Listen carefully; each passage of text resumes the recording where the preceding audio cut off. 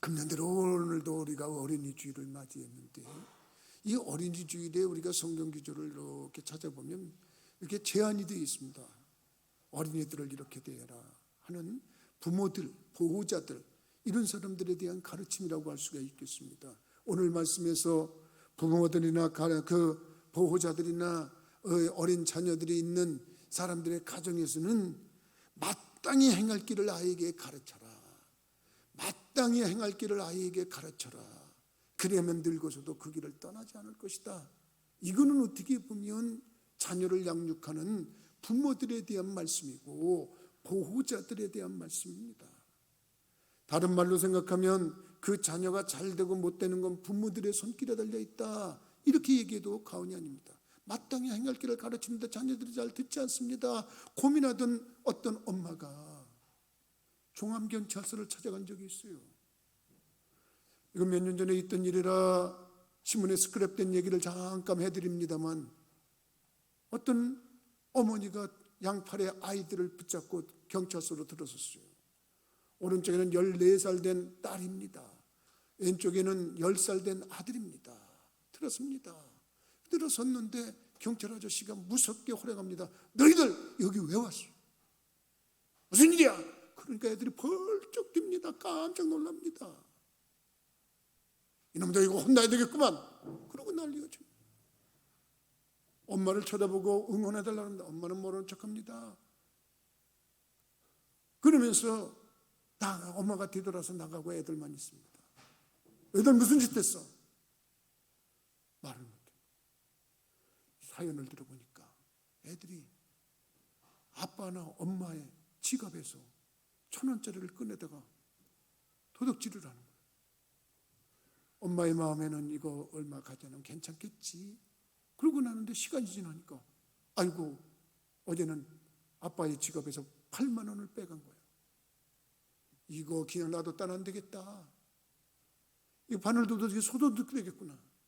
경찰서에 미리 전화를 했어. 내가 이러이러해서 우리 애들 좀 가르쳐야 될 것 같은데 내 힘으로 안 되니 저 경찰 아저씨가 저 좀 도와주세요. 제가 애들을 데리고 가면 불효령을 내려가지고 다시는 이런 짓을 못하게 좀 해주십시오. 그러니까 경찰 아저씨가 알았다고 데리고 오라고 큰 계획서 약속을 하고 애들을 데리고 왔어요. 엄마는 찾아도 나가버렸고 순경 아저씨는 그냥 불효령을 내리고, 그러니까 애가 어쩔 줄 모르고 잘못했어요. 그때 어머니가 들어왔어요. 그러니까 어머니가 한 번만 용서해 주세요. 그러니까 엄마가 용서해달라니까 용서해 주는 거야. 또 한 번 그러면 이제 너희들 크게 혼나는 거야. 그러고서 데리고 갔어. 그게 신문에 난 얘기입니다. 난 그 어머니의 그 모습을 보면서 마땅히 행할 길을 아이에게 가르쳤구나. 그래, 너 도둑질하면 안 되는 거야. 자그만 거를 도둑질하다가 큰 도둑이 되는 거야. 이런 겁니다. 설교를 준비하다가 페루나라고 인터넷에 한번 쳐봤어요. 제일 먼저 뜨는 게 지하철 1호선 페루나 이렇게 떴어요. 이게 무슨 내용인가 그랬더니 금번 3월 달에 한 40대로 보이는 남자가 60대고 훨씬 넘은 할아버지를 꾸짖는 거예요. 막 욕을 하는 거예요. 막 그걸 누가 몰래 촬영을 했어.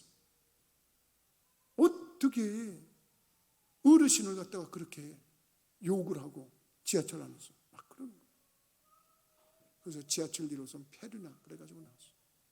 아마 그 사람은 그 모습으로 평생 페루나의 모습이 지워지지 않을 거예요. 그 부모가 어떻게 가르쳤길래, 부모가 뭘 교육했길래 자기 부모보다도 나이가 많은 듯한 그 사람한테 그렇게 막대하는가. 마땅히 행할 길을 가르치지 못해서는 거 아닌가, 이런 생각입니다. 여러분, 이 시대를 살아가면서 오늘날 우리들이 어린이 주일을 맞이하면서 우리 부모들이 어떻게 자녀를 교육하는가, 이거는 영원한 숙제입니다. 여러분들의 숙제고 저의 숙제입니다. 저도 제 자녀들을 키워봤지만 늘 키우면서 걱정합니다. 얘들이 바로 커져야 되는데, 삐뚤어가면 어떡하나. 그런 모습입니다. 지금은 또 손주가 태어나고 얘가 잘 커야 될 텐데 어떻게 자랄 것인가 궁금합니다.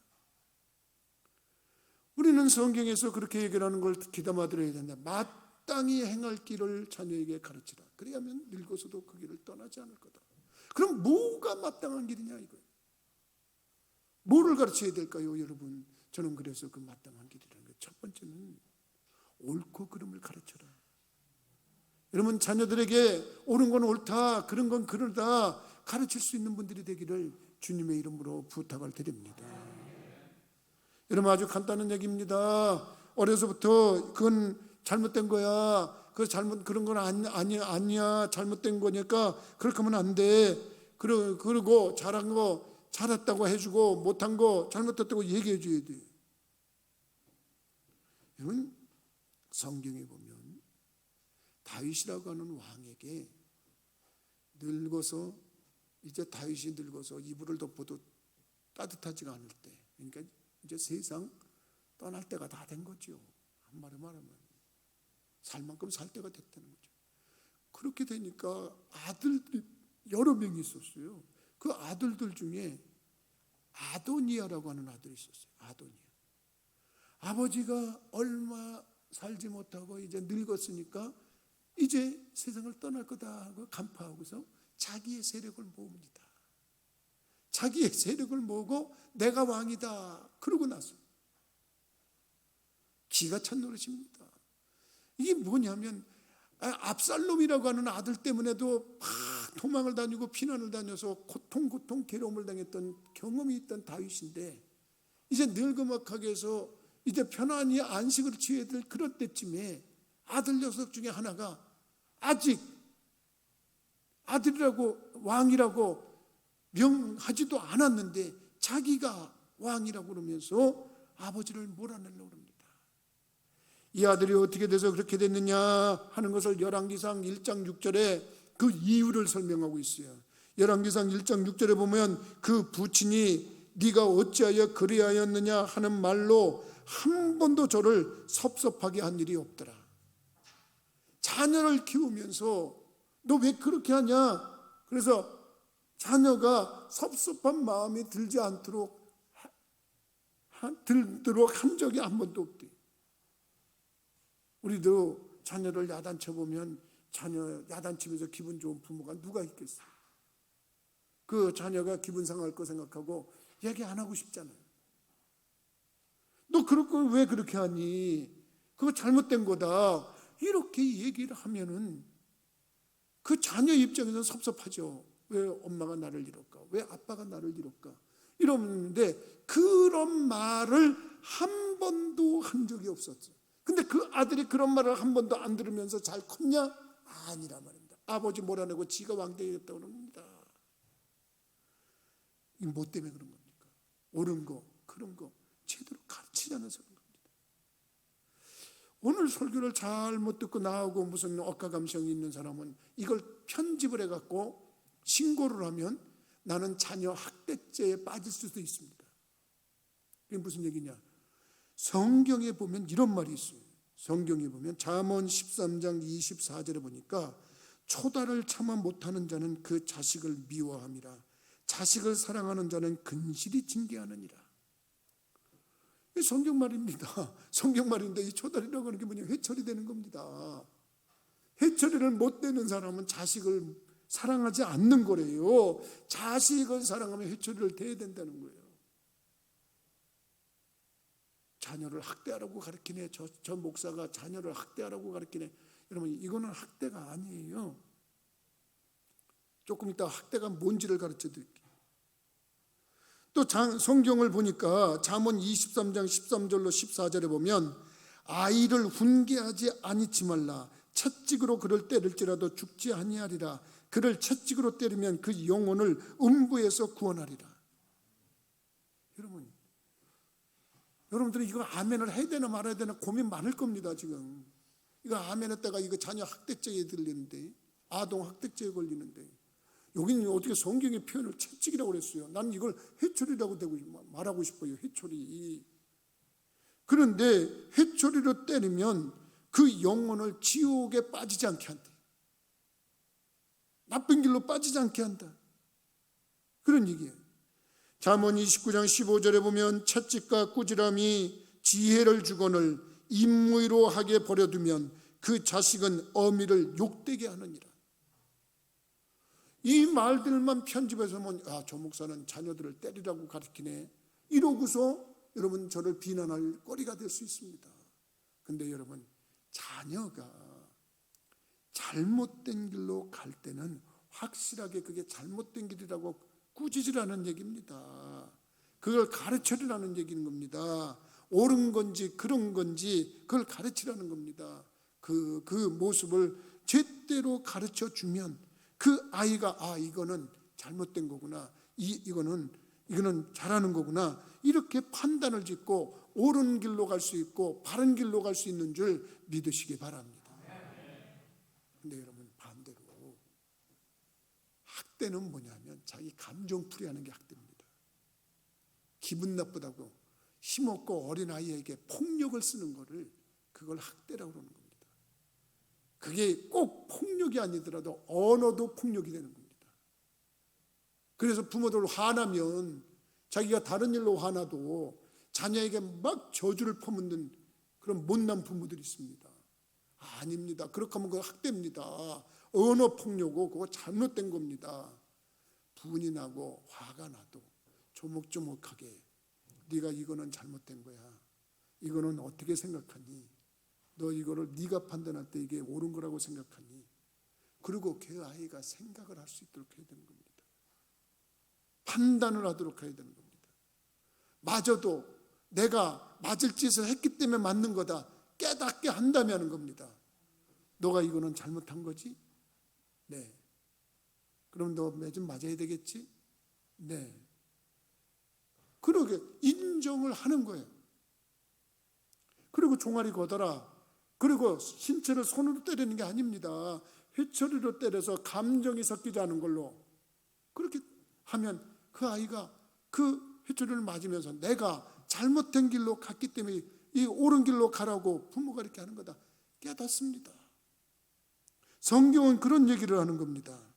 나는 여러분들이 감정이 났다고, 분이 났다고 해서 그저 감정 나오는 대로, 분 나오는 대로 손찌검을 한다? 그러면 여러분, 그거는 굉장히 악한 결과가 다가오게 되는 겁니다. 신문기사에 난 거를 내가 참 많이 오려놓는데 스크랩을 하는데 이걸 해보니까 거기에 그런 내용이 있어요. 이 부모들이 말이죠, 자녀들 괴롭게 하는데 가장 큰 괴롭게 하는 일 중에 하나가 뭐냐면 다툼입니다. 부모들이 다툼이라는 것이 자녀들에게는 큰 충격으로 옵니다. 물론 우리 부모들도 어쩔 수 없어도 다퉈서 자녀들에게 보이고 싶지 않은 모습을 보이게 되었지만, 할 수만 있으면 자녀들을 사랑한다면 보는 장소에서는 다투지 마세요. 뉴스에도 나온 얘기입니다. 신문에 나온 얘기인데 그 부모는 그렇게 다퉜어요. 다투니까 남편이 화가 나니까 집을 자꾸 나가는 거예요. 그러다 보니까 집을 자꾸 나가니까 이게 뭐냐면 이게 길어진다니까 너하고 나하고 살 수가 없다. 우리 헤어지자. 헤어지자는 얘기도 참 쉽게 하면 안 돼요. 여러분, 이런 주간에는 할 얘기가 참 많습니다만 이거 정제하고 하는 시간을 좀 가져야 돼서 내가 짧게 줄입니다만, 부부싸움하고 나가면 남편이 한 달이고 두 달이고 안 들어오는 게 예사예요. 그러니까 그 엄마가 얼마나 스트레스를 받습니까? 남들은 보기에 괜찮은 부부로 보이고 남에게 잘 보이고 싶고 그러는데, 정말 잘 나가는 집으로 보고 싶은데 이 남편이 이렇게 자기를 안 도와주고, 그런데 그거를 아이한테 쏟은 거예요. 이 아이가 성장하면서 고3이 됐습니다. 지금 자기의 그 모든 것을 지금 사람들에게 보이고 싶은데, 보상 심리를 받고 싶은데, 대리만족을 받고 싶은데, 이거 가장 나쁜 겁니다. 내가 보상받고 내가 대리만족하려고 자녀를 학대하는 거, 이거 아주 안 좋은 겁니다. 그 고3짜리 아이한테 늘 푸시합니다. 너 공부 그렇게 하면 전국에서 1등 해야 된다. 전국에서. 반에서 1등하는 것도 어려운 거예요. 학교에서 일하는 것 1등하는 것도 어려운 거예요. 근데 전국, 잘 못 들으면 안 돼. 신문에 나왔는데 전국에서 1등하는, 고3이 돼서 대학교 들어가는 시험을 보는데 자기 점수가 4,000등 몇 번이 나왔대. 4,000 몇 등. 수험생이 20만 명, 30만 명 되던 시절이니까 4,000등 그렇게 나쁜 것 같지 않은데, 내가 볼 때. 모르겠어요. 전 목사님은 4,000등은 뭘 나쁜 것 같지 않다고 해요. 나는 그렇게 생각합니다. 근데 그거를 엄마가 보면 자기가 혼이 날까 봐 그걸 어떻게 고쳤어. 그걸 어떻게 고치는지도 모르겠지만 하여간 그쪽으로 발달이 했나 보죠. 그래갖고 60 몇 등 했다고 고쳤어요. 60 몇 등. 어마어마하죠. 전국에서. 그래가지고 그걸 엄마한테 보여줬는데 엄마가 이렇게 보더니 집어 던져버렸어요. 1등 하라니까. 1등. 어디서? 전국에서. 이리 와, 엎드려.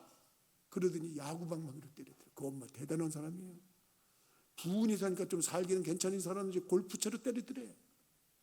그래 애가 그냥 거기서 그걸 맞는 거예요.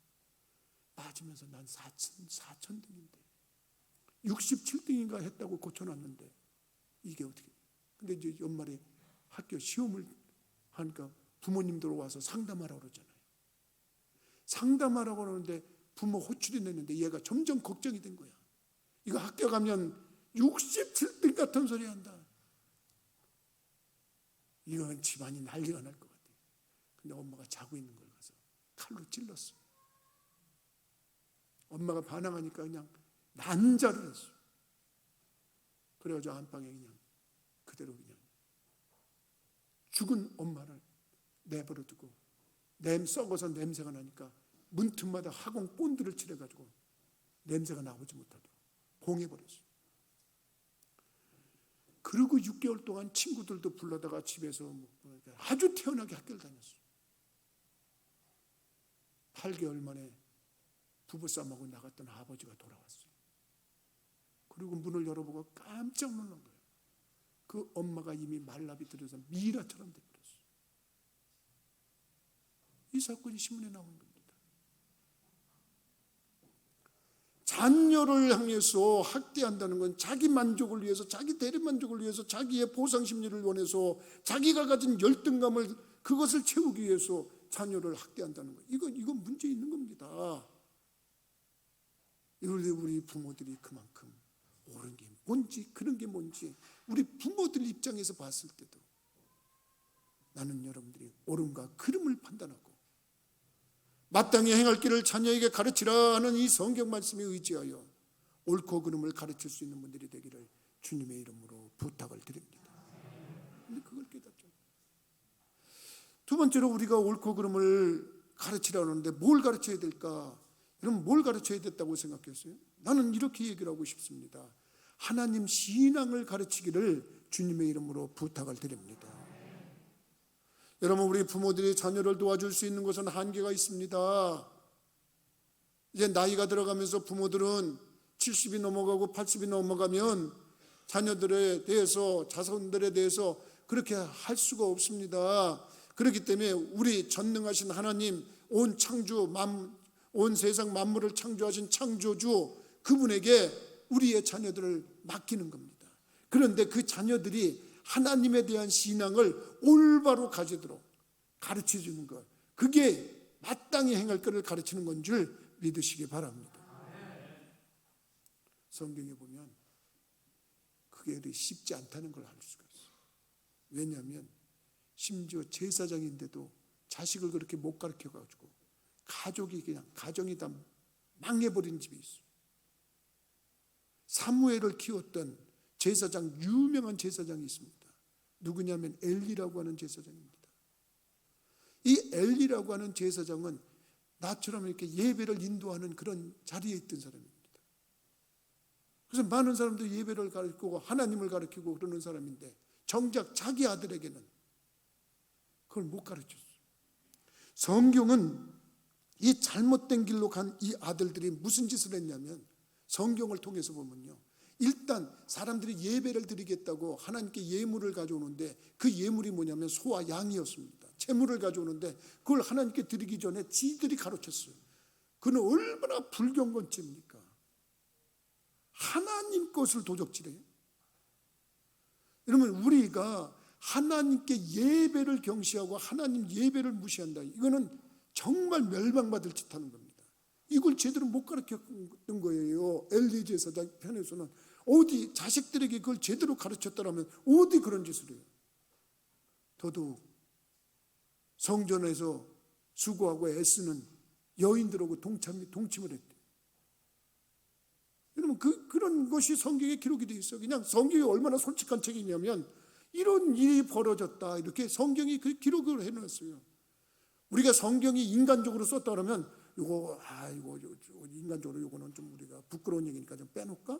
그리고 이렇게 빼놨을 건데, 이게 하나님의 말씀이기 때문에 너희들이 생각할 때는 부끄러운 건지 몰라도 나는 너희들의 모습이 이런 인간들이다 하는 거를 좀 정확하게 알기 위해서 기록해라 그랬고, 하나님의 명령으로 다 기록이 되어 있어요. 아주 적나라하게 기록이 되어 있어요.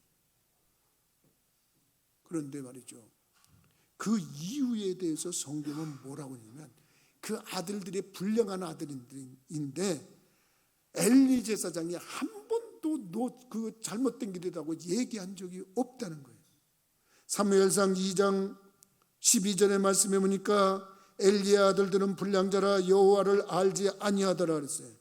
여호와를 알지 못하는 그런, 사무엘상 2장 17절의 말씀을 보니까 이 소년들의 죄가 여호와 앞에 심히 크면 그들이 여호와의 제사를 멸시함이었더라. 하나님께 예배드리는 걸 멸시했대. 그리고 사무엘상 3장 12절부터 13절에 보니까 내가 엘리의 집에 대하여 말한 것을 처음부터 끝까지 그날에 그에게 다 이루리라. 내가 그 집을 영영토록 심판하겠다고 그에게 이른 것은 그의 아는 죄악을 인함이니, 이는 그가 자기 아들들이 저주를 자청하되 금하지 아니하였음이니라. 엘리 제사장의 가정을 하나님께서 심판하고 아주 크게 아주 하나님께서 징계하시는 이유는 뭐냐면, 엘리 제사장이 그 아들들에게 하나님 두려워하는 것을 제대로 안 가르쳤다는 거예요. 하나님 예배하는 걸 제대로 안 가르쳤다는 거예요. 그래서 그 엘리 제사장의 홈리와 비느하스라고 하는 두 아들이 죽을 때 그 소식을 들은 아버지는 성전 문 앞에 의자에 앉았다가 충격받아서 쓰러졌는데 목이 부러져서 죽었다고 성경은 기록이 되어 있어요. 이유가 뭡니까? 하나님 신앙에 대해서 제대로 가르치지 않았기 때문에 그렇습니다. 나는 우리 부천교회 성도들이 마땅히 행할 길을 그 자녀에게 가르치라, 그리하면 늙어서도 떠나지 아니하리라 했는데, 여러분, 인생 중에 정말 중요한 것 중에 뭐냐면 옳고 그름을 좀 가르쳐야 되겠고요. 더 나가서 우리가 가르칠 것이 뭐냐 이렇게 묻는다 그러면 하나님 신앙을 제대로 가르쳐야 되는 줄 믿으시기 바랍니다. 하나님을 어떻게 섬기는 것이 옳은 것인지, 여러분, 저는 개인적으로 하나님 믿고 하나님 만나고 나서부터 하나님이 주신 그 은혜로 말미암아서 오늘 특별 찬양도 참 은혜로웠는데, 모든 것이 하나님의 은혜로다 그랬는데, 저는 개인적으로 하나부터 열까지 끝까지 모든 게 다 하나님의 은혜입니다. 오늘 이 시간에 이렇게 말씀 전하는 이 순간에도 하나님의 은혜입니다. 왜 하나님이 나에게 이런 은혜를 주시고 이런 복을 주시고 이런 은총을 주셨는가 생각해 보면, 하나님께서 나에게 이런 많은 복을 주셨구나 그랬는데 다른 거 한 것 없어요. 하나님을 진실하게 한번 섬기자, 하나님 기뻐하시는 예배 한번 제대로 드리자, 그겁니다. 이 홈리와 비느하스가 하나님 예배하는 것 제대로만 드렸더라면 얼마나 복을 받았겠어요. 근데 이거 하나님에 대한 무지야, 무지. 어떻게 그런 엄청난 잘못을 저질러 하나님 것을 자기가 도적질을 해? 이게 얼마나 엄청난 잘못인 줄 모르는 거예요. 근데 문제는 그 아버지가 너 왜 그랬냐 그런 얘기를 한 번도 안 했고 경고를 한 번도 안 했대. 우리 부모들 중에요, 그런 말하는 부모들 들을 때 난 가끔 의아하게 생각해요. 왜 애들을 야단해요? 애 기죽게 그러는 사람이 있어요. 야단 맞을 일을 해서 애가 야단 맞으면 감사해야 되지 않을까? 학교 선생님이 야단했다고 학교 선생님을 가서 뺨때기로 때리는 부모가 있대. 아니 자기 자녀가 학교 선생님 앞에 야단 맞을 짓을 해서 그런 거 아닐까? 그 선생님 가서 뺨때기 때리고 나면 자기 아들, 자기 자식 잘 클까? 이런 생각이 들어요. 우리들이 생각해서 애 기죽이는 게 아닙니다. 하나님 앞에서 여러분 옳은 게 뭐고 그런 게 뭐는 걸 가르치고 하나님을 어떻게 예배하는 것이 바른 것인지를 가르치면 하나님이 하늘 문을 열고 넘치도록 그에게 복을 주실 건데, 여러분 우리가 왜 하나님 신앙을 제대로 안 가르쳐요? 나는 여러분들이 하나님 신앙을 제대로 마땅히 행할 것 중에 가르칠 것 중에 그 중요한 품목 중에 하나로 넣어서 여러분 예배가 중요함을 가르치기를 주님의 이름으로 부탁을 드립니다. 주일날 예배 잘 드리는 거 가르쳐야 됩니다. 여러분 기도 생활하는 거 가르쳐야 됩니다. 기도가 얼마나 중요한지 모릅니다. 저는 여러분 새벽에 기도하는 것으로 인생을 살아왔다고 해도 과언이 아닌데 이 새벽 기도 때문에 하나님이 복을 주는 것 같아요. 아무리 생각해봐도 내가 하나님 앞에 뭐 잘하는 건 하나도 없어요. 가만히 생각해봐도 뭐 하나님 앞에 뭐 내놓을 만하게 뭐 하는 게 없어요. 그저 새벽 기도 제대로 하려고 하는 거 그거 하나, 하나님 앞에 새벽 제단 쌓고 기도하는 거 그거 하나. 근데 하나님이 그 모습을 이쁘게 보는 것 같아요. 여러분 할 수만 있으면 기도 생활하기를 주님의 이름으로 부탁을 드립니다. 여러분 기도가 이만큼 중요하다는 거, 예배가 이만큼 중요하다는 거, 그리고 11조 생활하는 거 중요하다는 거. 여러분 정말 믿음이 있냐 없냐를 기준할 때 말이죠, 11조 하는 사람은 묻고 따질 수도 필요도 없습니다. 그 사람이 11조 한다 그러면 그 사람은 믿음이 있는 사람입니다. 여러분 그거 알아야 됩니다. 근데 이상하죠. 성경은 11조에 하는 사람에 대해서 복을 주겠다고 그렇게 강력하게 얘기를 했어요. 그러니까 그 모습을 가르치는 거예요. 그것을 가르치고 하나님이 복 주시도록 하는 거예요. 앞으로의 세상은 더 그래질 것 같아요. 나는 여러분들이 믿음 생활하면서 하나님을 어떻게 예배할 거냐, 하나님을 어떻게 영화롭게 할 거냐 할 때 예배를 제대로 가르치고 기도 생활을 가르치고 성경 읽는 생활을 가르치고 여러분 11조 생활을 가르치고 더 나가서 교회 봉사하는 생활을 가르칠 수 있기를 주님의 이름으로 부탁을 드립니다. 마지막으로 여러분 마땅히 행할 길을 가르칠 게 뭐가 있을까? 나는 여러분들이 좀 자녀들에게 꿈을 가지라고 가르쳤으면 좋겠어요. 꿈이라고 하는 말은 다른 말로 말하면 목표입니다. 목표. 인생의 목표를 가지라고 좀 가르쳤으면 좋겠어요. 그런데 여러분 자기가 이루지 못한 걸 가르치려고 억지로 하지 말아요. 되지도 않은, 얘는 음악성이 전혀 없는데 내가 옛날에 꿈꿨던 것이 내가 솔리스트를 내가 꿈을 꿨는데 얘는 그걸 만들어야겠다. 아니면 내가 정말 하고 싶었던 것이 있었는데 유명 연예인이 되고 싶었는데 그러니까 얘를 그렇게 그려야겠다. 아니에요. 여러분 훌륭한 부모들은 기도하면서 하나님 저 아이에게 주신 그 달란트가 뭔가요? 저 아이한테 주신 은사가 뭔가요? 그리고 여쭤보는 거예요. 그리고 유심히 보는 거예요. 성장할 때 보는 거예요. 그러면 하나님이 그 아이에게 준 은사가 보입니다. 그럼 그걸 개발시키는 겁니다. 그 아이는 그걸 함으로 인해서 즐거워하고 행복하는 겁니다. 그럴 때 그걸 나가는 겁니다. 근데 중요한 게 뭐냐면 그걸 목표로 주라는 거예요. 그걸 꿈으로 주라는 거예요. 성경에 말입니다. 목표가 있었기 때문에, 꿈이 있었기 때문에 이 목표의 유익성, 꿈의 유익성이 뭐냐면 어떤 고난과 시련이 와도 그 목표와 꿈이 있기 때문에 꿋꿋하게 밀고 나간다는 거예요. 대표적인 인물이 누굽니까? 여러분 성경에서 그 대표적인 인물을 누구라고 생각합니까?